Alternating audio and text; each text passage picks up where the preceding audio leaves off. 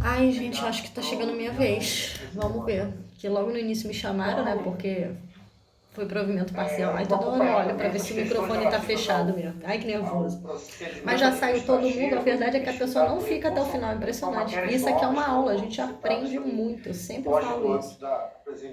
Ai, ai. Não caberia analisar isso em grau de recurso. Acho que só tem mais 2 advogadas na sala. Eu e mais uma. Tomara que eu seja a próxima. Eu acompanho também, só fico na dúvida se não seria caso de não conhecer do recurso, porque o nosso anunciado 18 diz que não se conhece de recurso de CD extintivo, salvo se tiver havido negativa de jurisdição. No caso aqui não houve essa negativa de jurisdição. Não houve. Eu acho que tem que conhecer e negar. Entrou no mérito para analisar que não teve a negativa de jurisdição, né? No fim das contas não faz muita diferença. Não. Importa que a sentença foi extintiva. Esse caso que eles estão jogando é bem interessante. A pessoa entrou na justiça pedindo para... Ai, meu microfone está aberto? Não. Que medo. É muito interessante. Eles estão julgando um caso que a advogada entrou na justiça para o INSS implantar uma decisão da junta. Só que a decisão da junta foi revogada na CAGE. E aí eles estão negando o provimento porque, assim, mandou implantar, mas a CAGE negou. Então não foi discutido o mérito. O desembargador até falou, você pode entrar de novo. Ai, finalmente. Sou eu. Estava no começo aqui, aquele processo do abastecedor, né? Que ela queria fazer a sustentação oral mesmo assim, né? Sim. A doutora Aline pode ter te chamado até antes aqui. Os primeiros serão os últimos, excelência. Vamos lá, doutora, por favor. Bom, pode começar? Pode. Boa tarde, excelências. Boa tarde a todos os presentes.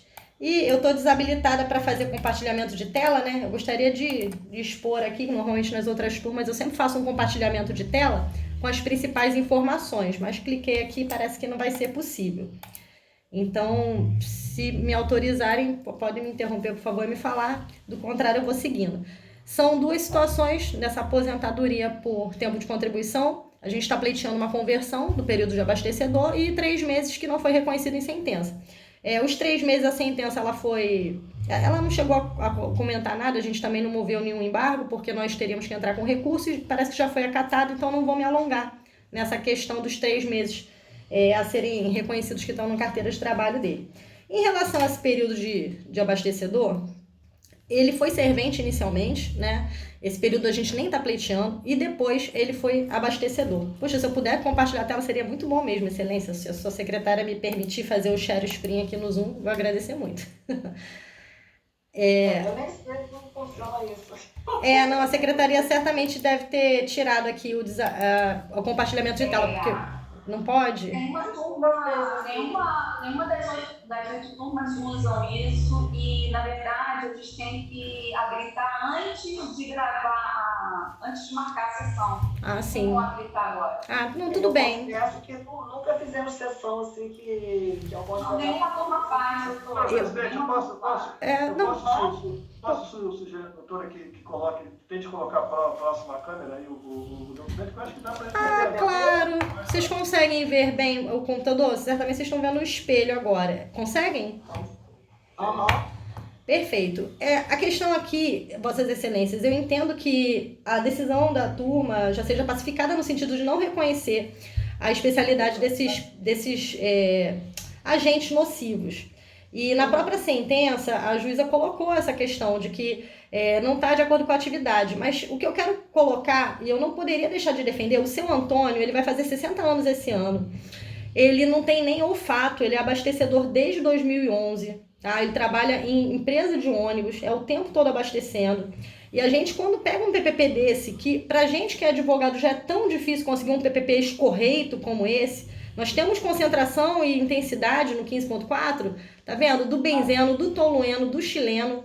E o próprio legislador, quando ele colocou isso no decreto, ele fala em qualitativo, porque benzeno, tolueno, xileno, né, o etilbenzeno, que são as substâncias que ele lida diariamente, essas substâncias, elas são, eu até trouxe aqui graficamente falando da questão química, e agora eu vou voltar para mim, essa questão versa sobre hidrocarboneto aromático. Todos eles são hidrocarboneto aromático, então eles são qualitativos, não importa a quantidade. E o próprio PPP traz uma quantidade acima de 0, que pra gente que é advogado já é muito difícil conseguir, a empresa não leva isso a sério. O naftaleno, por exemplo, que é primo do benzeno, poxa, a gente usa para matar barata. Imagina a pessoa ficar ali exposta 8 horas, 9 horas por dia, durante 12 anos. É muito complicado. E o nosso papel enquanto advogado, por isso eu fiz questão de fazer a sustentação, é defender o cliente e trazer essa realidade do cliente, do trabalhador, né? Porque não é toda causa que a gente patrocina. Analisar esses fatos, analisar esses documentos, esses papéis, essa burocracia que é o nosso ordenamento, para trazer para a justiça e fazer esse pedido. Então eu peço por obséquio mesmo, que seja pelo menos considerado o que eu estou trazendo aqui. O que eu quero é a aplicação do que o legislador previu, o caráter qualitativo desse tipo de substância. Eu perdi um cliente recentemente, né, tem uns 2 anos, que nós não conseguimos enquadramento do amianto. Ele nunca fumou. E ele morreu de câncer, morreu com 62 anos de idade. Hoje a gente está pedindo pensão para as filhas menores. Então, eu trouxe aqui a sentença, eu vou voltar a câmera de novo. A juíza não tinha colocado a questão dos 3 meses, que a gente já ganhou, já conversou no início, e julgou parcialmente porque não considerou esses 8 anos. São 8 anos que fazem muita diferença. E na própria sentença que a juíza colocou procedente, ela fala exposição dos agentes nocivos, tolueno, xileno e etilbenzeno, de modo que não haveria como estabelecer especialidade, porque está abaixo dos limites, e não tem limite. Essa é a aplicação que eu peço. Ela até cita aqui esse rol, o 1.0.3 do anexo 4 do decreto 3.048, ele não é taxativo, né? E ainda trouxe aqui o CNIS do meu cliente, Vossas Excelências, para que vocês vejam a situação. Olha quantos auxílios-doença essa pessoa pede, não é normal uma pessoa ter tanto auxílio-doença, assim, sabe? É muito degradante, é extremamente degradante para a pessoa que lida com isso dia a dia. Por isso, eu não podia deixar de fazer a minha explanação, peço que seja considerado esse período aí de 8 anos que ele desempenha como abastecedor, ele ainda está na atividade, inclusive, né? O PPP está parado lá na DER, até antes da DER, e se for considerado, ele vai conseguir fechar o período para finalmente conseguir a aposentadoria e a gente não ficar brigando com o auxílio-doença dele, porque é bem degradante mesmo para o ser humano. E agradeço que mantenham os enquadramentos que a gente já conquistou em primeira instância, e o período de setembro de 93 a novembro de 93, que era aquele períodozinho de 3 meses que o INSS acabou não incluindo na carteira, igual prevê lá o artigo 19, né, do decreto 3.048. Bom, desejo a todos uma boa semana e agradeço o tempo. Encerrei. Bom, doutora, obrigada, parabéns pela... Obrigada. Eu também botei aqui no meu voto, também não sei se dá para ver ontem. Ah, que bacana. Eu escrevo bonitinho aqui. A questão é a seguinte, com relação a CTPS, a gente já entendeu que realmente tem que constar, né, os 3 meses, devem ser computados. A questão do tolueno benzeno, o PPP, né, disse que trabalhou como abastecedor na autoviação 3 amigos, depois da benzeno, tolueno, xileno e etilbenzeno. E aí também botei aqui o print do PPP, realmente bonito, o PPP até assim raro, o PPP. A gente briga muito para conseguir.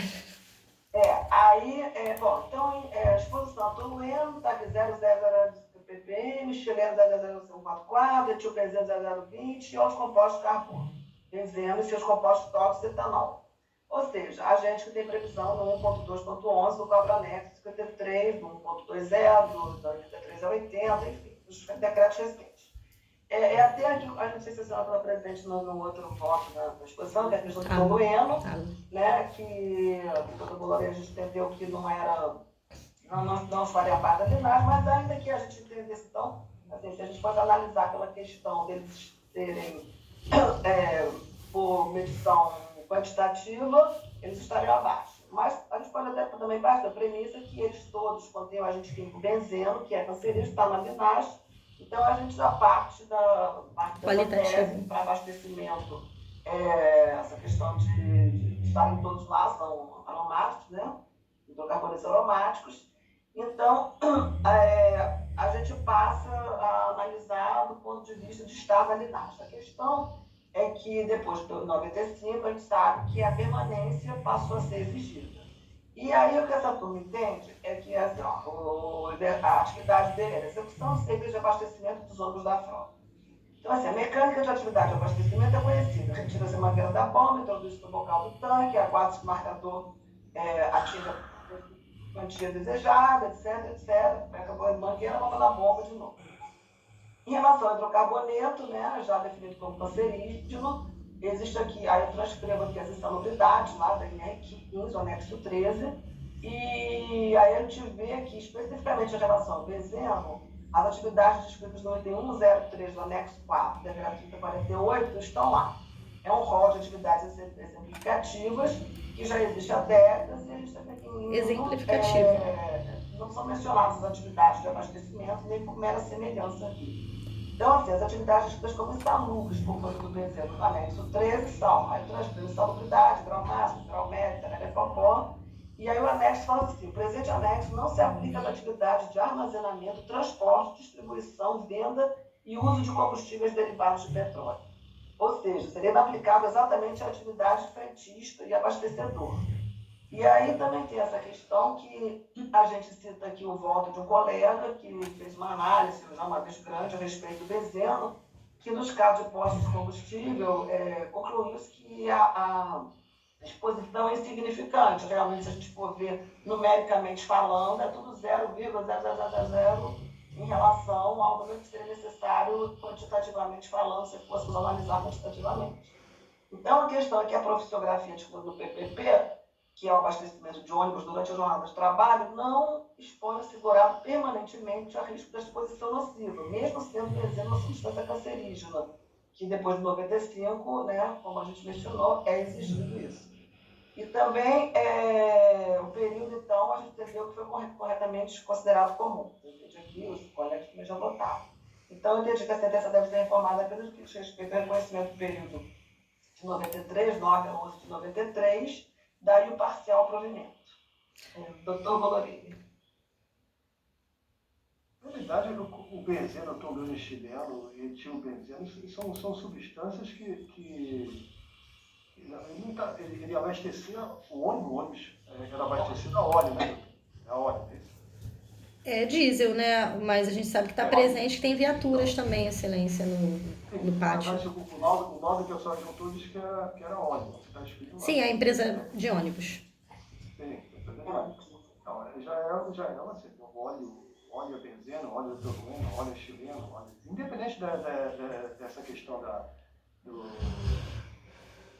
de ser frentista, não é um frentista clássico de posto de gasolina, ele é um empregado de uma empresa de ônibus, ele ficava lá abastecendo ônibus dentro das dependências da empresa, né?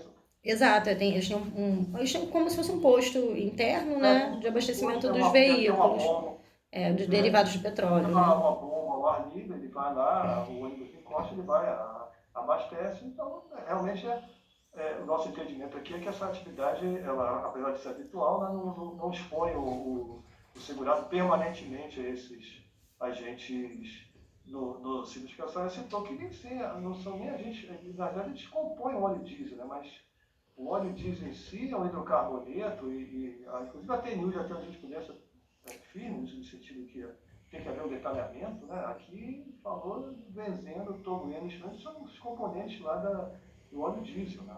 Enfim. Mas, tirando isso, mesmo que fosse o caso de se admitir, realmente a turma já tem um entendimento firmado já há uns 2 ou 3 anos, no sentido que não existe essa permanência para o caso do frentista e também, pelo que eu estou vendo aqui, para o caso do abastecedor de empresa de ônibus, que é mais ou menos a atividade parecida. Né? Então, nesse sentido, eu estou acompanhando a relatora. Certo. Eu também vou acompanhar o entendimento que a gente vem adotando aqui já há muito tempo, né? Que tenha ficado vencido na questão do frentista, mas realmente não há nenhuma novidade e o tipo de atividade do segurado não é algo que denote uma exposição excessiva ou até prejudicial ao agente benzeno, que seria o cancerígeno aí. Então, eu acompanho. Então, doutora, por unanimidade, foi dado parcial provimento ao recurso. Muito obrigada pela atenção. Só uma consideração, por favor. O PPP não tem campo de habitualidade e permanência. Isso para a gente é um grande problema. Seria muito bacana se o INSS incluísse isso. Isso não é problema, porque a gente sempre vê pelas atividades, faz o contexto, faz atividades. Não, sim. O INSS às vezes alega isso, a gente diz que não é problema, não é mais SP40, nem DSS 8030, que tinha uma especificação. Perfeito. Mas, assim, isso não seria problema para a gente, não, porque a gente sempre analisa a profissiografia. Não, mas eu entendo e agradeço a atenção. A todos uma ótima tarde. Obrigada, doutora. Tchau. Tchau, tchau. O próximo é o 28. Não foi dessa Eu vou vez, tomar. mas a gente vai Então, continuar vamos lá. trazendo os estudos para tentar.